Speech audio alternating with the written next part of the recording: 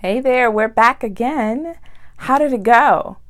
So, as you counted up those days between that last day of school and that first day of school, did you have more days than you thought? Did you have less days than you thought? Does it seem like it's coming on like a freight train, like summer's almost feeling like it's over and it just got started? I got to tell you, it was a real reality check for me this year because when I counted up the days between the last day of school, meaning finals for my college students, and then their first day of summer school, we had 17 days. I was like, wow, that truly felt like, hello, summer, and okay, goodbye. Yet at the same time, can I tell you what a gift it's been to be so intentional during this time with them? Because I really do miss them. For those of you who got little ones and you're feeling like your days just get longer during the summer, but not real routine shifting and changing. Let me just tell you that those things do change. I remember moms telling me that it would, they won't stay little always. And I was like, yeah. And at the time I was so tired. I was like, I look forward to them growing up actually. Now I'm at that season where I do have some who are older and I get what they mean. In some sense, I get it now. And I do miss them because their routines are so different. At the same time, I'm so grateful to be intentional with them so that I don't feel like I miss that time as in I regret it. More so, I just miss the old days. I reflect on the old days, but I'm also grateful for the days of today. I'm grateful for who they are. I'm grateful for the wonderful and amazing things they're up to in this world. I celebrate that. And I keep moving forward with great expectation of what is to come because as you know from the 12 things that intentional moms do differently, one of those is we are so optimistic about the future of our family and where we're headed. And that truly is the place I come from. But right now, I want to move on to that second worksheet in our intentional summer challenge that we're doing together. And that is where we're going to talk about the 5 areas that every mom manages. Now, this is not even just during the summer that you're managing these. This is all year round. This is 365, baby. Like we are always dealing with these 5 areas. I just don't know that anyone's ever taken the time to tease apart the areas that we're managing. We just call it life, or we just call it family, or we just call it managing our home. But there are truly 5 distinct areas that we're managing. And so you feel free to pull out that worksheet, print it off, or grab a notebook as I go through these. Because knowing these, I think, will help you as you go through your day. As you're going about your summer this year, or as you're easing back into routine in the fall, you could at any moment get really clear on what areas you're managing, and that will help you to really be clear on how you best want to make decisions for your family. That is why I want to equip you in this way. So area number 1, I'm just going to put the C there, and it stands for those you are taking care of. So whoever you are a caretaker for goes in this area. I don't just say children because sometimes your children don't live in your home. So it's only those people that you are daily caring for. But for some of you, if you're in the season where your parents are older and maybe you're caring for them, you may have that. You may also be having family members visiting this summer and you've got nieces or cousins that are coming to stay with you and you want to be really clear on, for our summer challenge, who is it that you'll be taking care of? Like who will be on your list? Maybe that's not normally on your list. You want to be really clear on who that is. So the second area that you're managing is your house. This is your house. Now, when I talk about your house, I'm really talking about everything that happens underneath your roof. Whether you're an apartment or whether you live in a yurt, any kind of setup, I'm just mainly talking about what happens under your roof and on your property, all of the things that you must manage that concern your home. And here's the thing. I have found that most teaching and instruction for moms is actually focused on this one area. When I open up planners that are created with moms in mind, they're talking about meal planning and laundry and scheduling the kids' activities, whatnot. It's usually all about everything that's going on in the home, very little to do with all the other aspects of life. And I just want to come in and keep teasing apart those areas that we're truly managing that go beyond just this number 2 here, managing our house, but managing all that takes when it falls under being a mom. So let's talk about area number 3. Ooh, there's a fancy number 3 I got there. This is activities that involve the family. Now, this is the area that it concerns everything that happens away from the home. If you got to put on your shoes to go to it, or you got to pick up your keys and get in your car and drive to it, I'm talking about those things. The things that are going to pull you away from the home in order to go be a part of. Good, bad, not making that judgment or call. It's just more so recognizing that there's a difference between managing those you care for, managing your house, and managing the activities.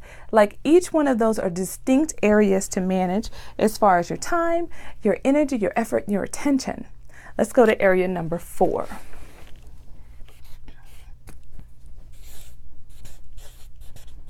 This is the overwhelming circumstances. Anybody got that going on in your life? I'm just going to put circ there. Overwhelming circumstances. Now, this is the area that I just don't think enough credit is given for. It's just not. If you just had a brand new baby and you already had 1 or 2 or more children at home, it's overwhelming to bring that baby in, and baby needs you.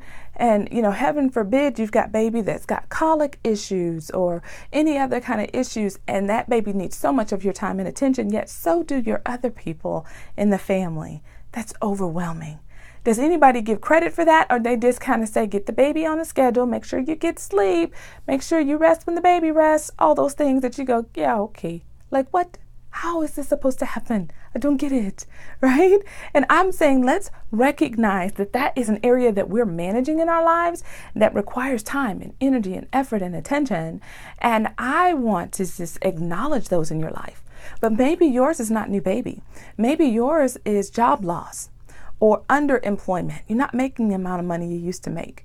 Or maybe there's a big move that just happened, and on the outside that seems exciting, and there are many exciting things about that. There's also still, we've got to learn all the routines that we took for granted where we used to live.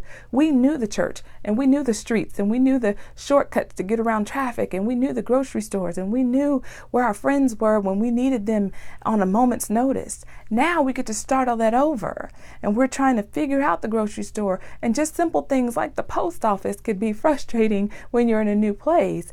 Not to mention, like, where should we go if we just want to have an outing with the family, and where's a good place to make that happen? Everything feels like research and a task when you're new in a city. And I want to acknowledge that versus saying it's just another day. You've moved to a new city. You still got to figure out everything that goes on in the house. Yes, you do. And you still got people to care for. Yes, you do. And you still have the activities that you're going to be involved in this new place. Yes, you do. And that's overwhelming, girl. It is. New baby, overwhelming. Divorce, issues in the marriage, that's overwhelming. Sickness, death in the family, those things are overwhelming. And they are areas for you to manage and give time and attention to, not just cover up and keep going with these things. Because underneath that surface, they start to bubble up and they show up. And you being that angry mom you swore you'd never be. Or you being short or sarcastic to the point of painfully sarcastic with the people you love because you don't know where else to get it out. You just don't have a place where you can go and get that out. And I'm saying give yourself permission to acknowledge those. Could you have overwhelming circumstances that are good things too? Like that move is an example. What about a job where you're making more money? You have more things you need to manage. Some of you are saying, girl, I wish I'd sign up for that. Like, I got more money to manage. Let me figure that out. Yes, Sure, at the same time, if you've never had that before, it can be overwhelming to figure all that out. You're in a new tax bracket and all these other things that come up for you. Either way it goes, whatever your overwhelming circumstance is, it's something that you're managing continually and you want to acknowledge it. And the fifth and final is one of the most neglected areas for moms, and that is self-care. Self-care for us moms. We are excellent. We're masterful at taking care of everyone in our household, making sure the house is taken care of, getting our people in activities, even ourselves in activities, sometimes to a fault, to exhaustion actually, and we just kind of deal with whatever's overwhelming. We just keep going and make it happen, put a smile on it, keep going.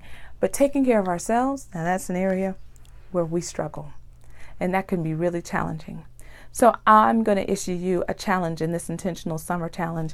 I want you to go through these 5 areas and determine some ideas, right? You have a worksheet there for you that has all of these areas listed out. And as you see, it creates an acronym, CHAOS, because that's what we're managing every single day. Is we're managing what could become chaos and mayhem in the care and daily needs of our household. I want you to just go through, write down ideas about what you might have for each area, all 5 of these areas on this side box, and then get clear on what's your one thing for each one of these areas. What means something to you for each one of your children? And feel free to make copies of this for each one of your children if you like. If instead of doing C as in all children here or all of the people you're caring for, if you've got visitors coming this summer, or if you want to put your husband in there, if you want to have anyone else that means something to you that you'll be caring for this summer, feel free to make as many copies as you want and put your one thing in there for them. And then go through and put a one thing for what you want to see happen with your house this summer, with your activities, overwhelming circumstance. How are you going to take care and manage that? And how are you going to take care of yourself? If I want to add an extra layer of challenge on that, because I just love that kind of stuff, I encourage you to start with self-care first. The area that's most neglected, put your one thing in there first. What's the one thing you could do to take good care of you this summer so that at the end of the summer you say it was amazing? If you need some support in that, you feel free to comment below this video or come on over to our Facebook group. I'll have a link in the notes below. We'd love you to join in the conversation with over 200 moms there that are all talking about how to be intentional. Until next video, I'll be back in just a second.